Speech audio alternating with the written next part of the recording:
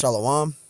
I want to give all honors and glories and praises to Yahweh, Bahashim, Yahweh Shai, Bahashim, Wakakodash, Yahweh, which is the one true name of the Heavenly Father, Yahweh Shai, who the world ignorantly calls Jesus Christ, but his one true name is Yahweh Shai, Bahashim, meaning coming in the name, Ba means coming in, Ha means the, Sham means name, Rakah meaning spirit, Kodash meaning holy.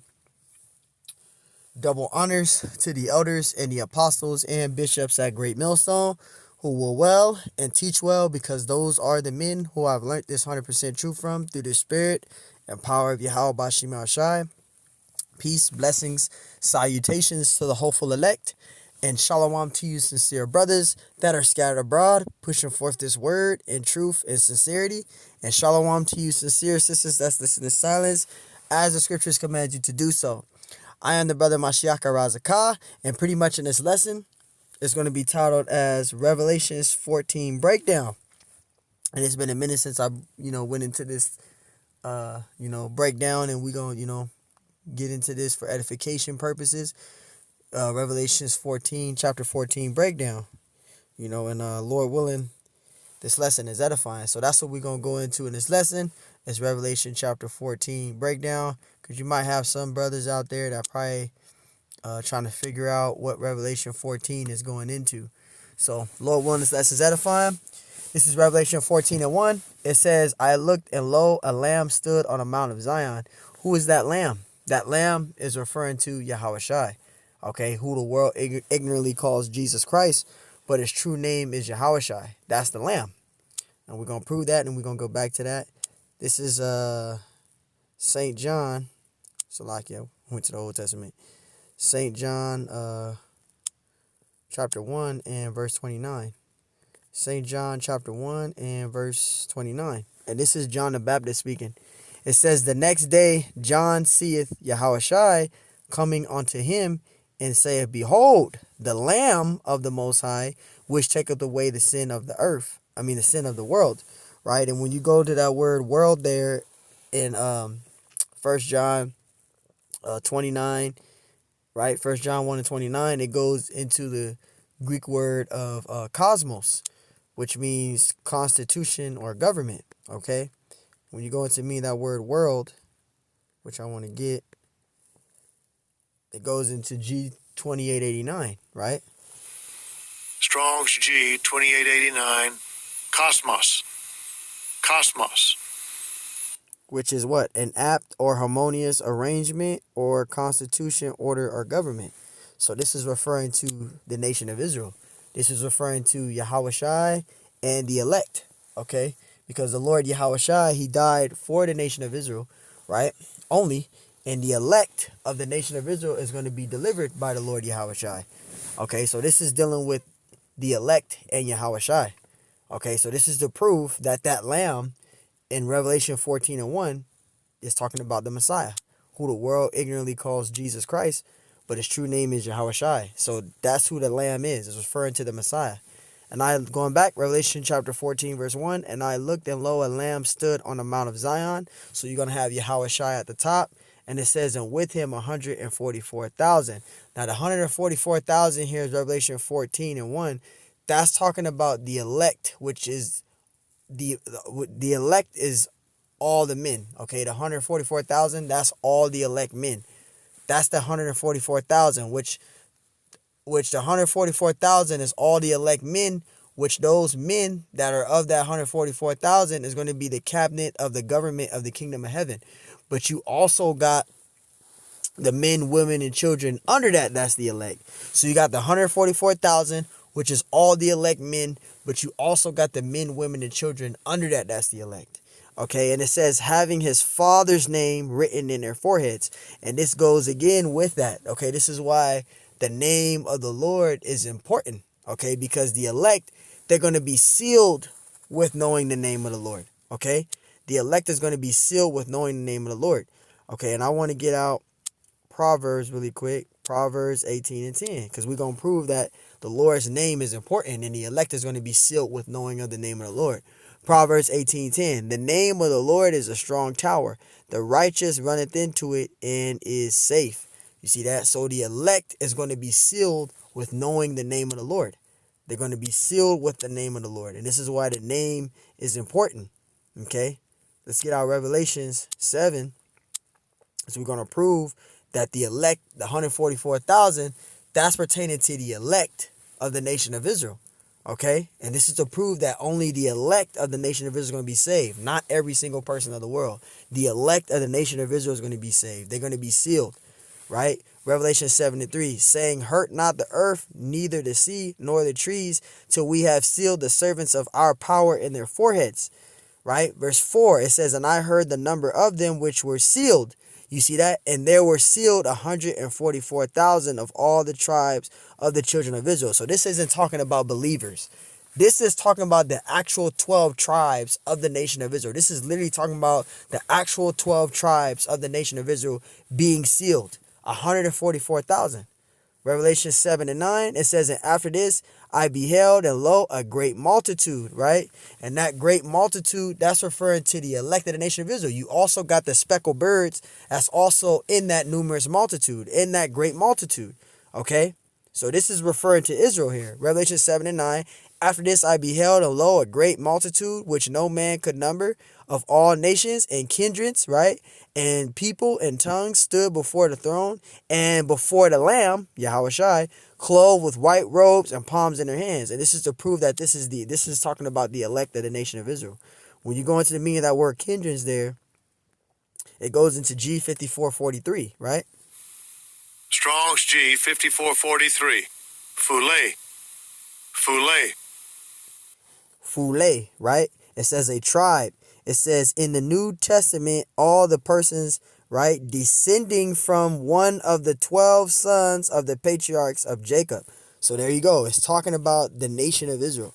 Literally, this is referring to Israel here. Okay? This is not talking about believers. This is talking about the actual 12 tribes of the nation of Israel being sealed. So let's read again. Revelation 14:1, and I looked, and lo, a lamb stood on the Mount of Zion, and with him 144,000, having his father's name written in his forehead. So we broke all that down. That lamb is referring to Yahushai, and that 144,000, that's talking about the elect of the nation of Israel, and they're going to be sealed with knowing the name of the Lord. The elect is going to be sealed, okay? They're going to be sealed, okay? And we read that in Revelation 7, right? We got that out, Revelation 7:3 through verse 4, and also got our Revelation 7:9. Verse 2, it says, and I heard the voice from heaven as the voice of many waters, and as the voice of a great thunder, and I heard the voice of harpers harping with the harps. And that voice of the harpers harping with the harps, that's talking about this truth, this ministry, this gospel. That's what that's talking about. The harpers harping with their harps, that's talking about this truth, this gospel, okay, this word, okay? That's that harp, that's that music. This truth is the music, which is the gospel. Okay, that's that harpers playing with the harps. Verse 3, and it says, and they sung as it were a new song before the throne and before the four beasts and the elders, and no man could learn that song but the 144,000 which were redeemed from the earth. You see that? So this is the elect here. Okay, it says, and they sung as it were a new song before the throne and before the four beasts and the elders, and no man could learn that song but the 144,000 which were redeemed from the earth, right? Because the elect is the ones that's going to be able to receive it. They're going to receive this truth, okay? Verse 4, it says, these are they which were not defiled with women. Now, when we read this here, when it says defiled with women, it's talking about those false religions, okay? That's what this is talking. This is what verse 4 is going into, those false religions, right? The drinking of the wine, right? The philosophies, the politics, and the false religions. That's what this is talking about. It says, these are they which were not defiled women, because we were defiled at one time. We were embedded in these false religions, these philosophies, the politics, the false religions, right? We were embedded in that.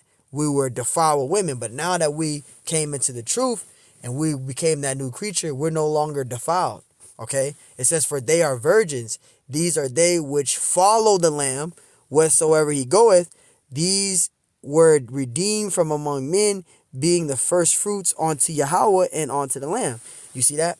And when we go to Proverbs, I think it's chapter 5, and is it 5? 5 and 3? Yeah, through verse 7. right? And this is to prove that this is talking about that's what that's talking about, the philosophies, the false religions, and the politics, right? This is to prove it.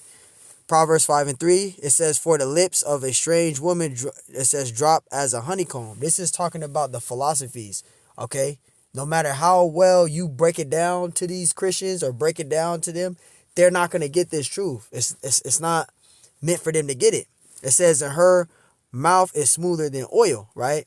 It says, but her end is bitter as wormwood, sharp as a two-edged sword. Verse 5, her feet go down to death, her steps take hold on hell. Verse 6, it says, lest thou shouldest ponder the path of life, her ways are movable. It says that thou canst not know them, right? It says, hear me, therefore, O ye children, and depart not from the words of my mouth. Verse 8, it says, remove thy way far from her, and come not nigh the door of her house, right? And that's going into these seductive religions, all right? These false religions, these wacky, Christianity, etc. They give you all these philosophies, and no matter how well you break it down to these Christians or break it down to our people, they're not going to get it. They don't get it. You can make it as simple as you possibly can, and they're not going to get it. So when you go to Proverbs 5:3-7, this is talking about those philosophies, those false religions. Okay, that's what that's going into right here. The strange woman drunk as a honeycomb, that's going into the false religions, right? The philosophies, the false religions, right? It talks to the smoother than oil because they try to seduce you with these false religions, these philosophies. Okay, so that's what that's going into. All right, that's what that's going into in verse 4. Okay, verse 4, it says, these are they which were not defiled with women, for they are virgins. These are they which follow the Lamb, whithersoever he goeth. It says, these were redeemed from among men, being the first fruits unto the Most High and unto the Lamb. You see that? That goes into the philosophies and all of that. Okay? We're no longer defiled with women. Okay? Which is talking about the philosophies, the politics, and the false religions, which you can also get that in Revelation 17:3, I think, or Revelation 17:2, right? It talks about the philosophies, right? It talks about not the philosophy, it's drunken of the wine, which is of the philosophies, the politics, the philosophies, the false religions, and the politics. Okay? Verse 5, it says, and in their mouth was found no guile, for they are without fault before the throne of the Most High. And there is no guile. They didn't speak no guile. Okay? Verse 6, it says, and I saw another angel fly in the midst of heaven, having an everlasting gospel preached unto them that dwell on the earth. And this is what we're doing right now. We're preaching the foreverlasting gospel. We're doing that right now. We're preaching the foreverlasting gospel. Okay, that's being preached right now. Every brother's doing it, even from the elders and apostles and bishops of Great Millstone. Right? They preaching that everlasting gospel. It says into every nation and kindred and tongue and people, right? We're doing that right now. We're on the highways and edges, right? We're preaching the everlasting gospel literally right now. Verse 7, it says, saying with a loud voice, fear the Most High and give glory to him, for the hour of judgment is come. It says, and worship him that made heaven and earth and the sea and the fountain of waters. And you see that? It says, for the hour of judgment is come. You see? And this is what is going to happen. Verse 8, it says, and there followed another angel saying, Babylon is fallen, the great city, because she made all nations drink of the wine of the wrath of her fornication, which is the philosophies, the politics, and the false religions. Okay? And that's what that's going into there. Right? Verse 9, and it says, and the third angel followed them, saying with a loud voice, if any man worship the beast and his image. And you see, this is going into the mark of the beast, Esau's new world order. Okay? This is what he's coming with. It says, and the third angel followed them with a loud voice and said, if any man worship the beast and his image and receive his mark, right? And it says in his forehead or in his hand. You see that? So notice it said hand there, okay? And this is going into the MOTB. Okay, verse 10. It says, the same shall drink of the wine of wrath of the Most High, which is poured without mixture into the cup of his indignation, which is wrath. It says, and he shall be tormented with fire and brimstone in the presence of the holy angels and in the presence of the Lamb. You see that? This is going into Yahushai, right? The Lamb is Yahushai, the angels, right? And that indignation, that's righteous anger. That's what that's going into. Okay, so this is talking about the Lord and him establishing his judgment. Okay? those that, those that comply to this beast system, they're going to receive that judgment. It says the same shall drink of the wine of wrath of the Most High, which is poured without mixture to the cup of his indignation, and he shall be tormented with fire and brimstone in the presence of the holy angels and in the presence of the Lamb. So this is a judgment that's going to come. Verse 11, and it says, and the smoke of their torment ascended up forever and ever, and they have no rest day nor night, who worship the beast and his image. That image there is talking about his beast system, Esau's beast system. It says, and whosoever receive the mark of his name. And what's that, taking the mark of his name? His beast system, complying to his beast system. Okay, so it's going to be people that's going to comply to Esau's mark. Okay, they're going to take his beast system. They're going to take his new world order, his beast system. They're going to comply to it and receive that's MOTB, which that's the mark of his name. They're going to be marked with his name because they're going to comply to his beast system, and they're going to take that C-hip. Those that take that C-hip is going to be marked with Esau's name, but you're going to have the elect. They're going to be marked with the Lord's name. They're going to be sealed with the Lord's name. Okay? The elect is going to be sealed with the Lord's name, and you're going to have those that's going to comply to Esau's beast system, and they're going to be marked with Esau's name, which is his beast system, taking that C-hip. Verse 12, it says, here is the patience of the saints, and the saints are the Israelites, right? This is Proverbs, Salakia, Psalms 148 verse 14. It says, he also exalteth the horn of his people, the praises of all his saints. It says, even the children of Israel, a people near unto him, praise ye the Lord. And that's Israel there. Okay, the saints are the Israelites. That's why I read that. In Psalms 148:14, that's the Israelites there. That's what the saints, that's who the saints are. The saints are the Israelites. Verse 12, it says, here is the patience of the saints. Here are they that keep the commandments of the Most High and the faith of Yahushua. And we got to keep both. We got to rehearse the righteous acts, keep the laws, statutes, commandments to the best of our ability, and we got to have a faith. We got to do both. Okay, there's no one to the other. We must do both. Verse 13, and I heard a voice from heaven saying unto me, write, blessed are the dead which die in the Lord from henceforth. Yea, saith the Lord, that they may rest from their labors, and their works do follow them. Because you had these righteous men, these men that died in the truth, right? Going back to these great men, high priest Rabbi Abba Bivens, right? Elder high priest Rabbi Abba Bivens, elder high priest Yaquab, elder high priest King Masha, elder high priest Ariah, right?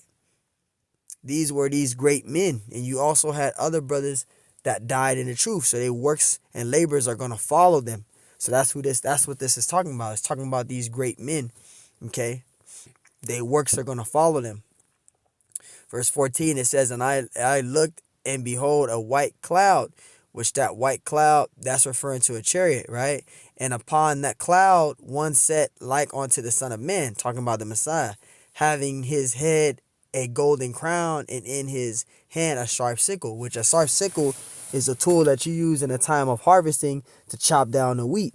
And this is in the spiritual sense of the Lord establishing his judgment. It's going to be the time of that harvesting, right? And the Lord is going to come like a sharp sickle in the time of harvest, right? In the spiritual sense of harvesting, of casting that judgment, because Yahushua and the angels, they're going to tear shit up. Excuse my French, they're going to tear stuff up. That's why the scriptures say in Daniel 7 and verse 9, right? Let's read it. Daniel 7 and 9, it says, I beheld till the thrones were cast down, and the Ancient of Days did sit. The Ancient of Days did sit because the Heavenly Father, the God of Israel in the Bible, he's going to send his only begotten Son back to establish judgment on the earth. Okay? Judgment on this place called America. Okay? It says, whose garment was white as snow, right? And the hairs of his head like the pure wool. The Heavenly Father was a so-called black man, and his only begotten Son is a so-called black man, right? It says his throne was like the fiery flame, and his wheels as burning fire. And those wheels as burning fire, that's referring to the chariots, right? Verse 10, it says, a fiery stream issued and came forth from before him. Thousands ministered unto him, and 10,000 ministered, thousands stood before him. It says the judgment was set, and the books were open. You see that? The clouds were set, and the books were open. You see that? Because this whore is going to be judged. America is going to be judged. Verse 11. And I beheld then because of the voice of the great words which the horn spake. Because ancient Rome wasn't destroyed by fire. It wasn't taken down by fire. Okay? It wasn't taken down by fire. But this modern day Roman Empire today, which is called America, is going to receive a judgment and is going to be destroyed by fire. And when you go to verse 10, that's going into the Lord judging this world, because this world is going to be judged. That's what verse 10 is going into. The Lord is going to establish that judgment. Okay? This whore is going to be judged, which is mentioned in Revelation 18, right? Verse 11, verse 11, Daniel 7:11, and I beheld then because of the voice of the great words which the horn spake, and I beheld even till the beast was slain. You see that? And that's talking about America. Now, ancient Rome didn't fall by fire, but this place called America is going to fall by fire. That fire is thermonuclear destruction, thermonuclear fire. That's why the beast is going to be slain and his body destroyed, right? And given to the burning flame. You see that in that burning flame? That's the thermonuclear destruction. Okay, it's going to be destroyed. You see that?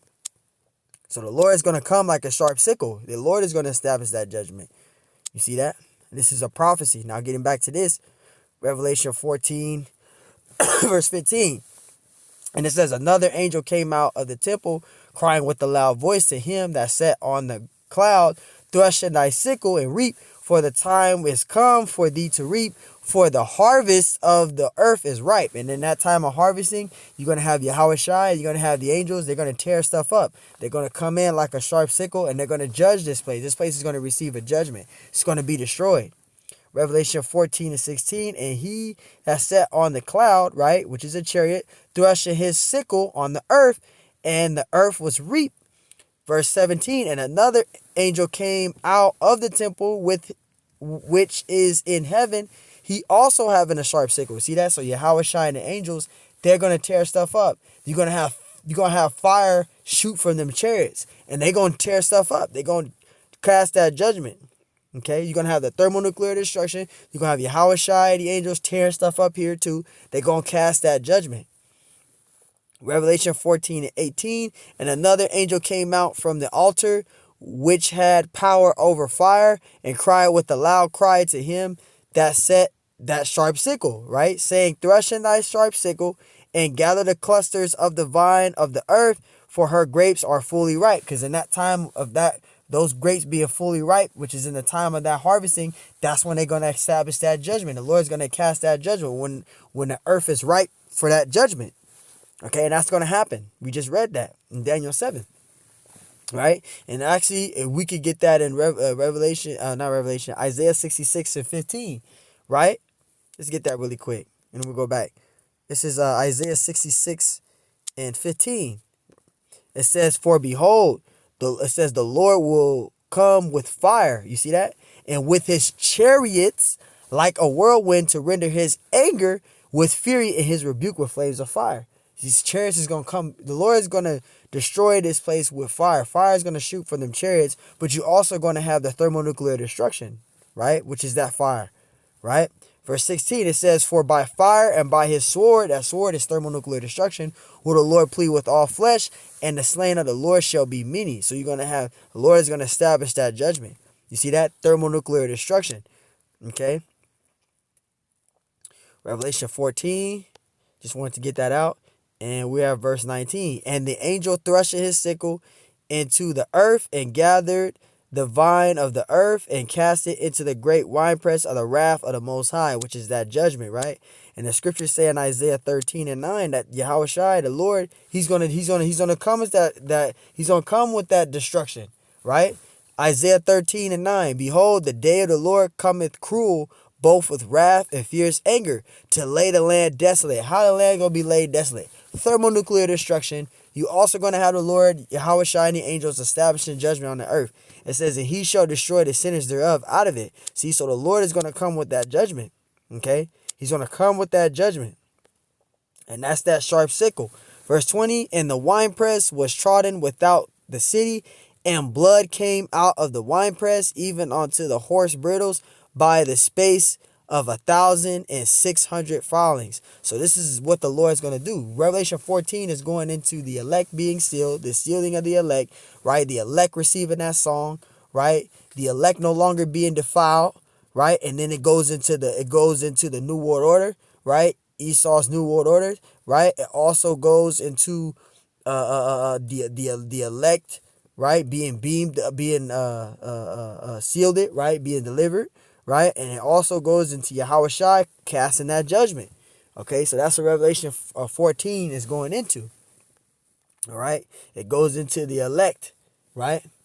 So, hey, Lord willing, this lesson is edifying. I want to give all honors and glories and praises to Yahweh, Bahashim Yahweh Shai, Bahashem Rakak Kudash.